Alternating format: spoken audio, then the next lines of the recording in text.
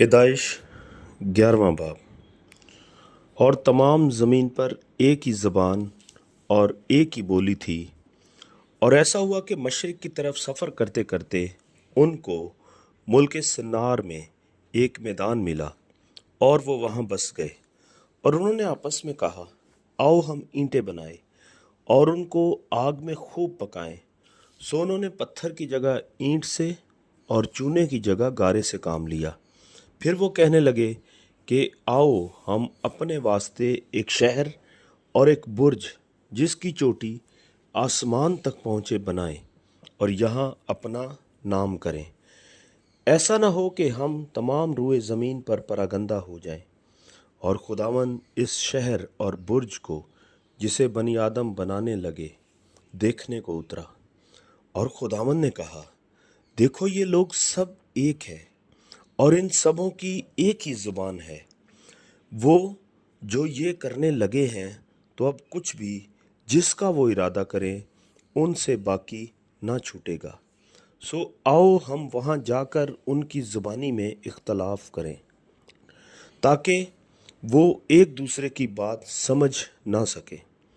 پس خداوند نے ان کو وہاں سے تمام روئے زمین میں پراگندہ کیا۔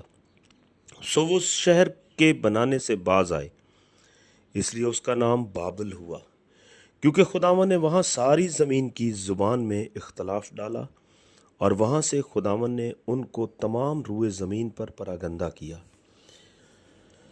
یہ سم کا نسب نامہ ہے۔ سم 120 برس کا تھا جب اس سے طوفان کے 2 برس بعد ارفکسد پیدا ہوا، اور ارفکسد کی پیدائش کے بعد سم 500 برس جیتا رہا، اور اس سے بیٹے اور بیٹیاں پیدا ہوئیں۔ جب ارفکسد 35 برس کا ہوا تو اس سے سلہ پیدا ہوا، اور سلہ کی پیدائش کے بعد ارفکسد 403 برس کا اور جیتا رہا، اور اس سے بیٹے اور بیٹیاں پیدا ہوئیں۔ سلہ جب 30 برس کا ہوا تو اس سے ابر پیدا ہوا، اور ابر کی پیدائش کے بعد سلہ 403 برس اور جیتا رہا، اور اس سے بیٹے اور بیٹیاں پیدا ہوئیں۔ جب ابر 34 برس کا تھا تو اس سے فلج پیدا ہوا، اور فلج کی پیدائش کے بعد ابر 430 برس اور جیتا رہا، اور اس سے بیٹے اور بیٹیاں پیدا ہوئیں۔ فلج 30 برس کا تھا جب اس سے رو پیدا ہوا، اور رو کی پیدائش کے بعد فلج 209 برس اور جیتا رہا، اور اس سے بیٹے اور بیٹیاں پیدا ہوئیں۔ اور رو 32 برس کا تھا جب اس سے سروج پیدا ہوا، اور سروج کی پیدائش کے بعد رو 207 برس اور جیتا رہا، اور اس سے بیٹے اور بیٹیاں پیدا ہوئیں۔ اور سروج 30 برس کا تھا جب اس سے نحور پیدا ہوا، اور نحور کی پیدائش کے بعد سروج 200 برس اور جیتا رہا، اور اس سے بیٹے اور بیٹیاں پیدا ہوئیں۔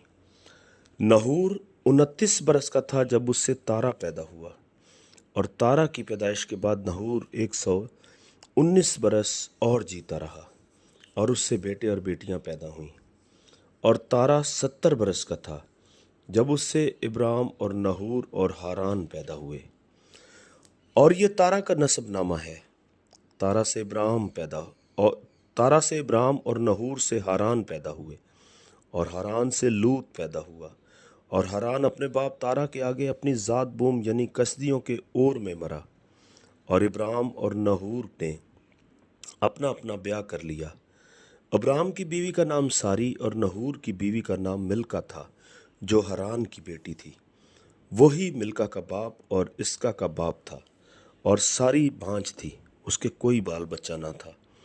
اور تارا نے اپنے بیٹے ابرام کو اور اپنے پوتے لوط کو جو ہاران کا بیٹا تھا، اور اپنی بہو ساری کو جو اس کے بیٹے ابرام کی بیوی تھی ساتھ لیا، اور وہ سب کسدیوں کے اور سے روانہ ہوئے کہ کنعان کے ملک میں جائیں، اور وہ ہاران تک آئے اور وہیں رہنے لگے۔ اور تارا کی عمر 205 برس کی ہوئی، اور اس نے ہاران میں وفات پائی۔ آمین۔